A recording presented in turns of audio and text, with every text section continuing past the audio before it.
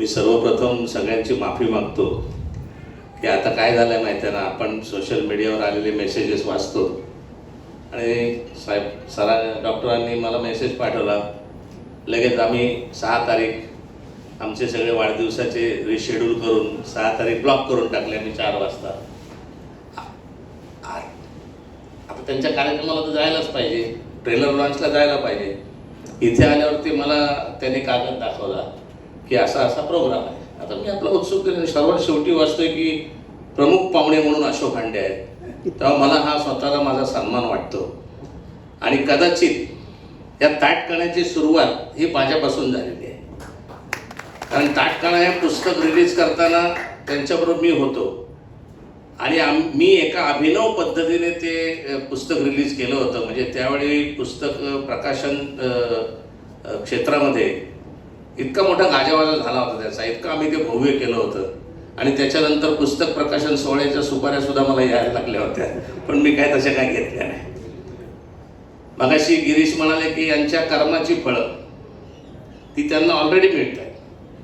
म्हणजे आम्ही पहिला आंबा घरी आणला की तो रामायणकडे जातो. आम्ही पहिल्यांदा लिची आणली की ती रामायणकडे जाते. आम्ही एखादा अभिनव चेरी आणली, आता स्वित्झर्लंडवरनं एक चेरी आणली, ते तर आम्हाला माहीत नाही. आम्ही काय फार लोकांना देत नाही, आम्ही एवढे काय उदार नाही, पण माहीत नाही. म्हणजे ही असं काही नवीन बघितलं त्यांच्या ताटकण्याने. नुसतं लोक सांगे ब्रह्मज्ञान स्वतः कोरडे पाषाण असं नाही आहे. ते जे प्रत्येक पेशंटला किंवा जनतेला जे संदेश देत होते आरोग्यासंबंधीचा आणि ताटकणा ठेवण्याचा, ते स्वतः त्यांनी आचरणात आणलेलं आहे. इतकं मॅरेथॉन आणि इतकं सकाळी पहाटे 5 वाजता उठून हा माणूस वेड्यासारखा धावतोय. बायकोने कसं आयुष्य काढलं असेल काय माहिती बिचारीने, समजलं की नाही. म्हणजे रात्री हा 3 वाजेपर्यंत पहिल्यांदा संशोधन करणार आणि पहाटे 5 वाजता उठून मॅरेथॉन धावणार. मग याच्यामध्ये किती धावायचं. आता मी ज्या वेळेला मध्ये मला आमची भेट व्हायची त्यावेळेला मला म्हणाले की असा असा पिक्चर आम्ही घेतोय. आणि म्हटलं अरे कोण लिहिता येतो हे सगळं, लिहिणार कोण? श्रीकांत. अरे म्हटलं बेस्ट. गिरीश मोहिते डिरेक्टर. वा वा वा.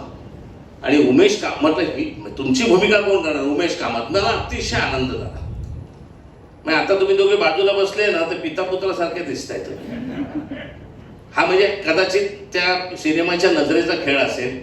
तर मी म्हटलं ती तुमच्या बहिणींची काही भूमिका वगैरे ऐकलं त्यात एक चांगली मुलगी आहे, तर त्याचं तिला नाव आठवत नव्हतं त्यावेळेला. म्हणजे असे काही प्रसंग माझ्या आयुष्यामध्ये त्यांच्याबरोबर जे आले त्याचं मला कौतुक वाटतं.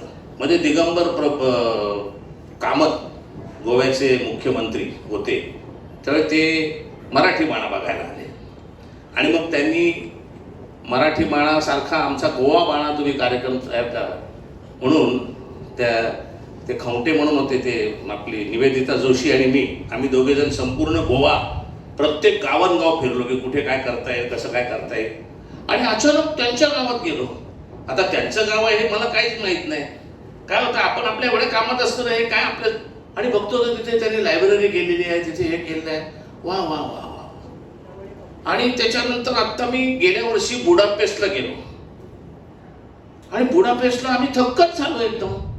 त्यांच्या नावाचा रोडला एका नाव दिलेलं बुडापेस्टला.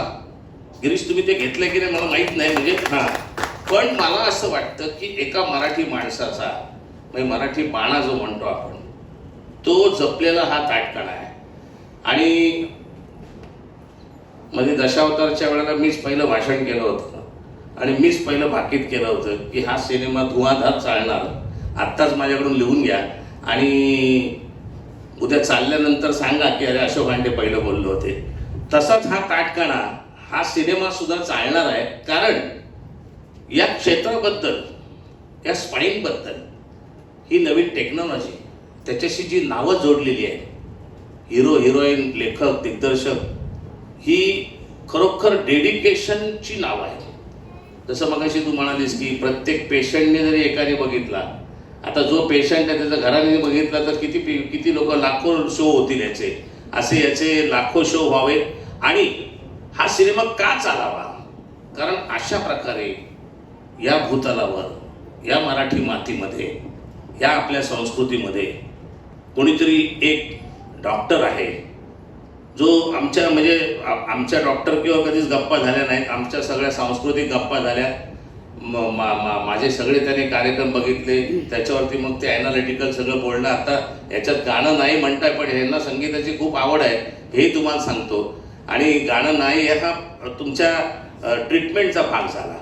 म्हणजे गाणं टाकून त्याच्यामध्ये हे करण्यापेक्षा तो भाग वेगळा. परंतु हा सिनेमा आत्ता जो ट्रेलर तुमचा बघितला त्याच्यामध्ये ही जी प्रतिमा आहे आपल्या एका डॉक्टरची, आपल्या एका मराठी माणसाची, आपल्या एका भूमिपुत्राची, आपल्या एका भारत देशाच्या नागरिकाची, आणि त्यांनी ज्या पद्धतीने त्यांना किती कसा विरोध होत होता फॉरेनपासून इथपासून, ते मी साक्षीदार आहे त्याचा.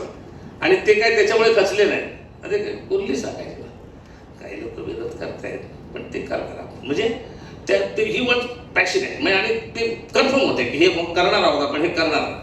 तेव्हा मी तुम्हाला या सिनेमाला गिरीशजी फार चांगला तुम्ही ट्रेलर बघितलाय आणि तुमच्या एकूण बोलण्यामधून आणि तुमच्या कॉन्फिडन्समधून, म्हणजे विलनसुद्धा जर चित्रपटाला चांगलं म्हणत असेल तर याच्यापेक्षा काय पाहिजे ॲक्च्युअली. तेव्हा माझी आवडती माणसं या चित्रपटात आहेत.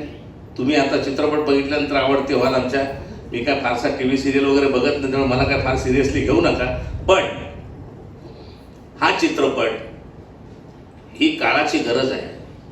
आत्तापर्यंत सर्वसाधारणपणे जे बायोपिक झालेत, मराठीत असो हिंदीत असो, ते कोण कसा दिसतो, त्याच्यासारखा दिसतो की नाही दिसतो ह्याच्यापेक्षा सुद्धा जे मेन कॅरेक्टर त्याचं कर्तृत्व किती आहे, ते कर्तृत्व बघून ज्या वेळेला, आणि त्याला उमेशसारखा नट तर नक्कीच न्याय देणार, गिरीशसारखा ते सोडणारच नाही, म्हणजे तसं झाल्याशिवाय सोडणार नाही याची मला खात्री आहे. मी पुन्हा तुम्हाला सांगतो, हा सिनेमा तिकीटबारीवरती धुवाधार चालेल, कारण हा ताटकणा आहे, हा कधीच झुकणार नाही. धन्यवाद.